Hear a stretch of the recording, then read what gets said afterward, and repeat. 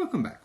In this video, we're going to talk about what's called the integrated rate laws, which are used to show the relationship between the concentration of reactants over time. So in the previous video, we looked at rate law, right, which shows the relationship between rate and concentration, or how the rate changes with the concentration of our reactants. But oftentimes we want to know how that concentration changes. So remember, when we looked at our original graphs of concentration over time, right, obviously we saw that the concentration of our reactants changes over time. So what if we want to know how much of a reactant is there after a given amount of time? Or if the concentration has changed this much, how long did it take to do that? Things like this. Well, this is where the integrated rate laws become useful, because they give us that relationship between the concentration of reactants over time. Now, the way we obtain the integrated rate law is just as the name implies, by integrating the rate law. So, the integrated rate laws will show this concentration. Now, what we're going to do here is I'm going to look at those three common orders that we talked about in the last video: first order, zero order, first order, and second order. And we're going to look at what the integrated rate laws would be for each of those particular orders. Now, in doing so, we're going to use our simple model equation, right, where we have one reactant making products. So we're going to start with first order. So reminder that the rate law for a first order reaction is going to be written something like this, right? Where we can show it raised to the first power, or more commonly, right? And again, this is using our model reaction of A goes to products, right? So just a single reactant involved here. Now, to integrate this, right, we integrate this equation. Now, I'm not going to go through the integration here. It is shown in the book, I think in the margins over this section, but I'm not going to ask you to do the integration. I'm just going to ask you to know the equations. And so, but one thing, if you're thinking about this, at least on this first example, remember that we can rewrite the rate as the change in concentration, of course negative because we're looking at a reactant change, over change in T. So essentially we integrate this change, right, to come up with our integrated rate law.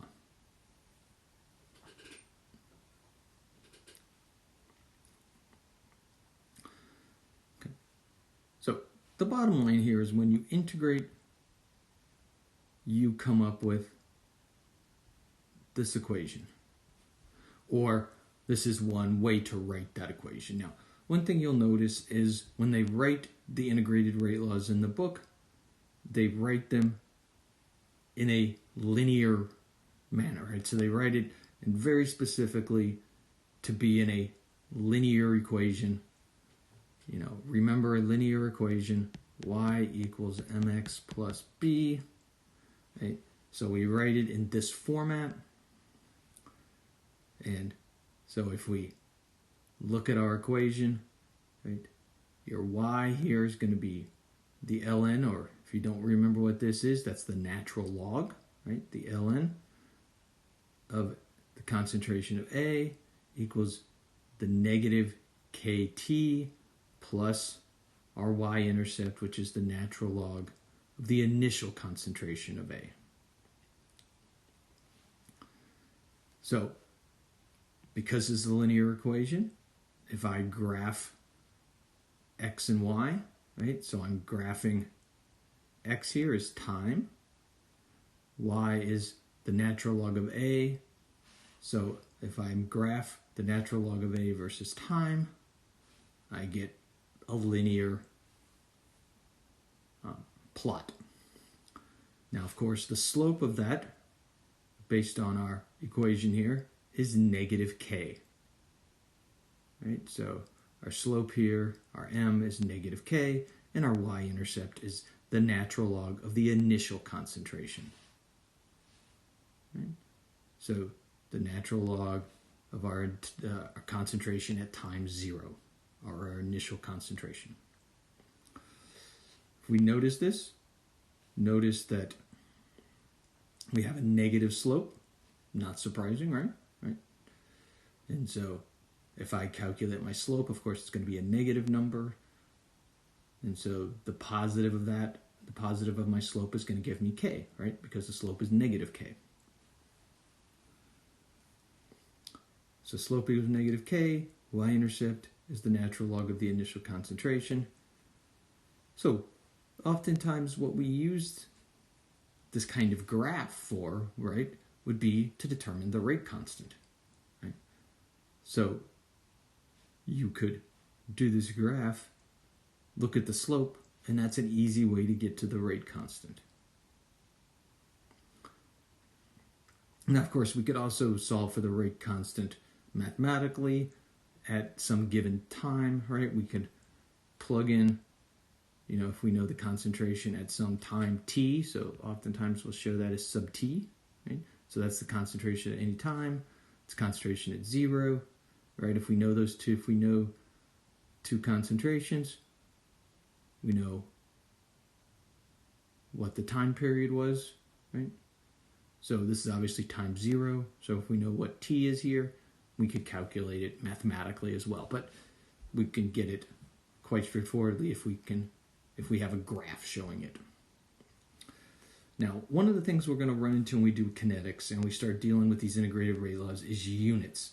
Units become very sort of tricky a little bit because they're different depending on what the order is. So the rate constant for a first order reaction is reciprocal seconds. So remember, seconds to the minus 1 is like having 1 over seconds.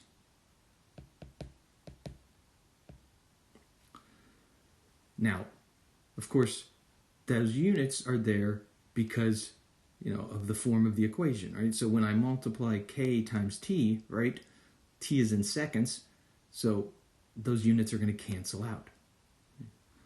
And so the units of k, of course, will be such so that they make the rate be in molarity per second, right? Because the rate our reaction is in molarity per second, so the units of the rate constant here are going to be reciprocal seconds. Now, when we do an example, we'll talk more about units here when we go through it. So that's first order, right? So our first order equation has natural logs in it. So if we look at the same reaction, but let's say that it's second order. So if we, again, integrate that equation, we get an integrated rate law that looks like this. So if I have a second order, then the integrated rate law is going to be not a natural log, but 1 over a, 1 over the concentration at some time equals kt plus 1 over the initial concentration. So notice again, y equals mx plus b. If we're plot 1 over a versus time, right, our slope is going to be, notice, a positive slope here, right, because it's positive k is our slope, and our y-intercept is the reciprocal of the initial concentration, or the concentration at time 0. So again, graphically, we can get the slope, we can get the y-intercept, and again, we can use the slope to very easily give us the rate constant. Now, notice units.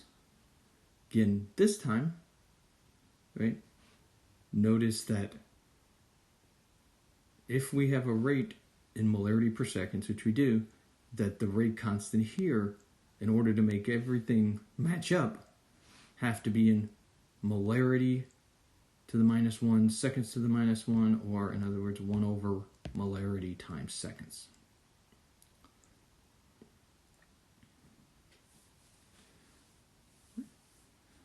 So the units of this are going to be governed by the order that we're dealing with.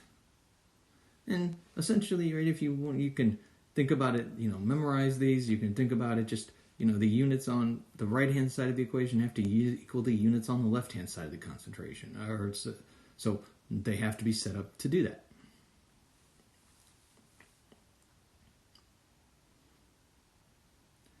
Now lastly, zero order. So of course, the rate of a zero order reaction simply equals the rate constant. So if I integrate this, I get the concentration equals negative kT plus the initial concentration. So I get just concentration versus time is the same plot that I've been using, right? Notice again, it gives me a negative slope. So my slope again, just like first order, is equal to negative K. And the y-intercept would tell me what the initial concentration was. Now the units here of K are molarity over seconds. Again, it's all about getting the units on the right-hand side of the equation to equal the units on the left-hand side of the equation. So those are our three integrated rate laws, whether we have first order, second order, or zero order. Now remember, all of these examples, all of these integrated equations are for single reactant equations, right? So the ones we deal with mathematically, we actually do problems with, are going to be, model reactions, right? Where we only have a single, reactant, where our reaction is overall zero order, overall first order, overall second order.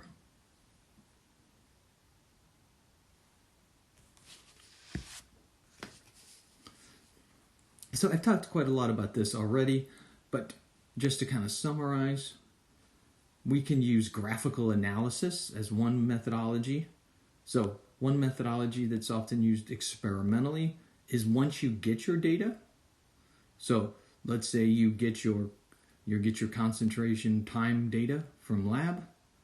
If you generate all three curves, right, you could figure out which one is linear, and that would tell me whether it is first order, second order, or zero order. So if you have a reaction that has some reactant A going to products, you run the kinetics on that reaction, you get your rate data, you can plot concentration, again, versus time. You can plot the natural log of concentration versus time. You can plot the inverse of concentration versus time. And only one of those is going to be linear. Whichever one is linear will tell you what the order is. So graphical analysis can be done, right? If we're, again, for these nice simple model reactions where we have a single reactant going to products. Now, one other useful idea that comes out of these integrated rate laws is the notion of what we call the half-life of a reaction. So this is a particular point in the reaction where it is halfway done. And it can be useful in discussing reactions, especially particular reactions. So the half-life, or the T1 half, is the time required for the concentration of the reactant to fall to half of its initial concentration. Now, the half-life depends on the order of the reaction, or how we calculate the half-life, I should say, depends on the integrated rate law. Because if we think about it, let's just use first order here as an example. So remember, our first order integrated rate law is ln of A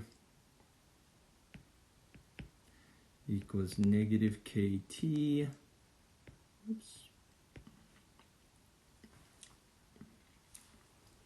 plus ln of A initial. So essentially what the half-life is when A at time t is half of what it is at time 0. So let's just say that I said that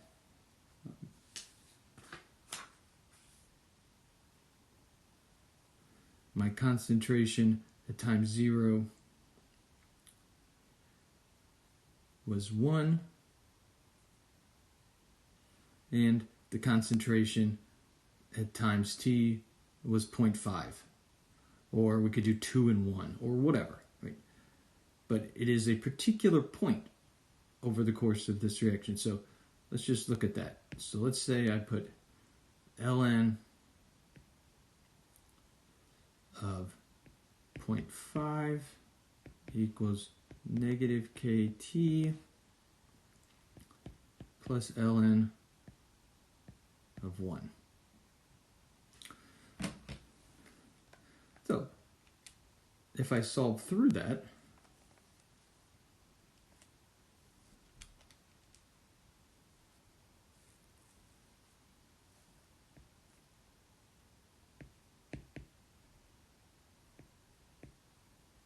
the natural log of 0.5 is a negative 0.693. So this is going to be t1 half is what we're calculating here, equals negative k half. The ln of 1, of course, is 0. So we have negative 0.693 equals negative KT. So if I get rid of the negative signs, I get 0.693 equals KT 1 half. So if I want to know what the half-life is, 0.693 divided by K, well, equal the half-life for a first-order overall reaction. So that's where we come up with the half-life equation for a first-order reaction. Now, one key thing, and this becomes really important, the half-life for reactions that are first-order overall are independent of concentration. So what that essentially means is that what we call the first half-life is going to be the same as the second half-life and the third half-life. Now, what does that mean? Well, of course, the first half-life, so let's say we have our concentration initial. The first half-life is how long it takes to get to half of that, right?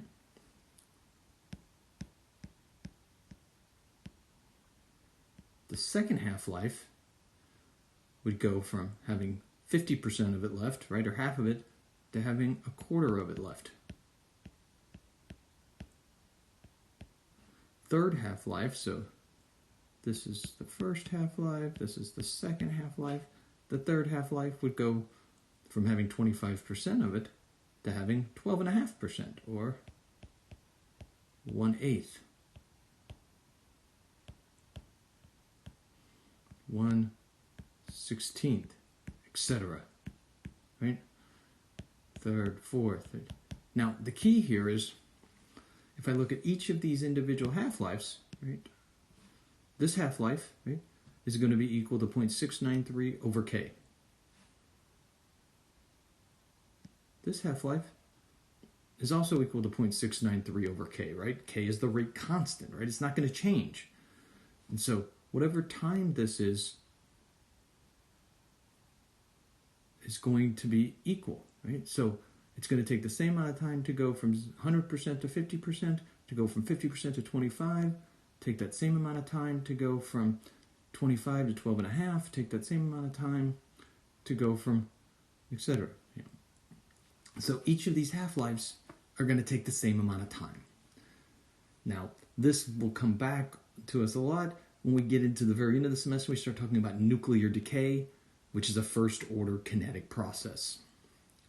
But first-order overall reactions are independent of concentration. In other words, they have a constant half-life. Now, you can go through this process for using the other integrated rate laws. So if we use the the zero-order integrated rate law, we get a half-life where the half-life equals the initial concentration divided by 2K. If you do second order, you get a half-life that's equal to 1 over K times the initial concentration. So you can draw some general conclusions. Basically, for zero order, the lower the initial concentration is, the shorter the half-life is. So you can see that if you start out at a smaller concentration, right, this is going to be a smaller number, right? So your half-life is going to be shorter. You get the opposite effect for second order, right? If you have a higher concentration, you get a shorter half-life, right? Because the concentration here is in the denominator, right? It's on the bottom of our equation. So the higher this concentration is, the smaller this is. So higher concentration will give you a shorter half-life, lower concentration will give you a shorter half-life. But the bottom line is we're going to use an appropriate half-life equation based, again, on what the overall order of our reaction is.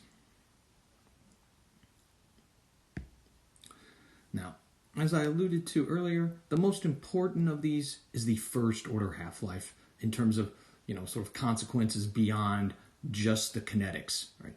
So in terms of usefulness in other applications, processes that are first order are particularly important, again, because the half-life is constant.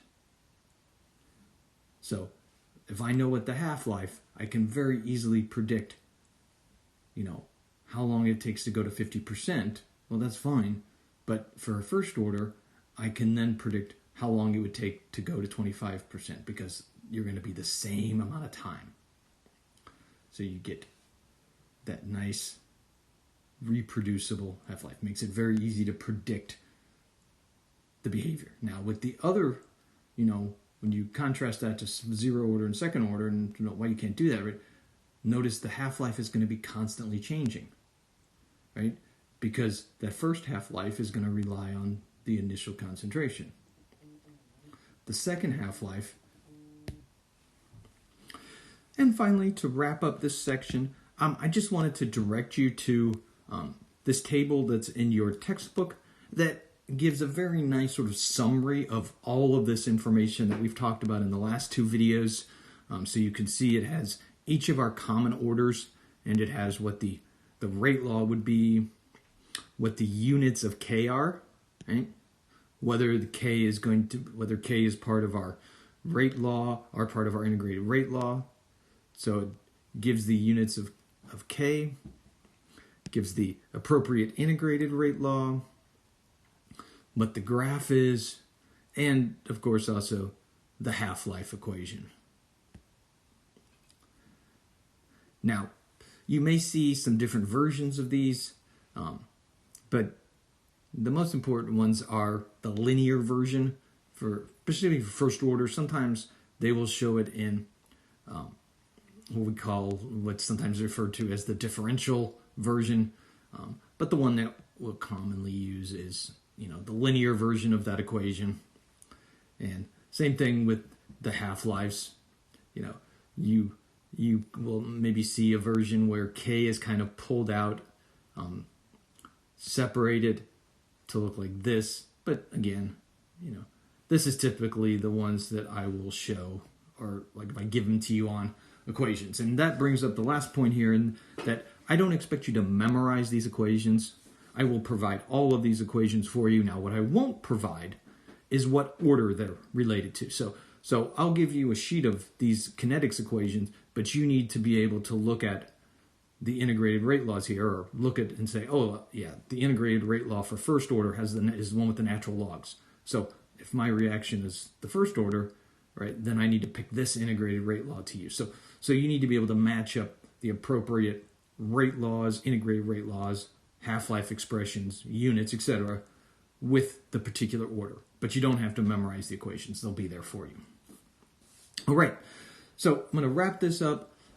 In the next video, we will be talking about temperature dependence. So how does the kinetics of the reaction depend on temperature?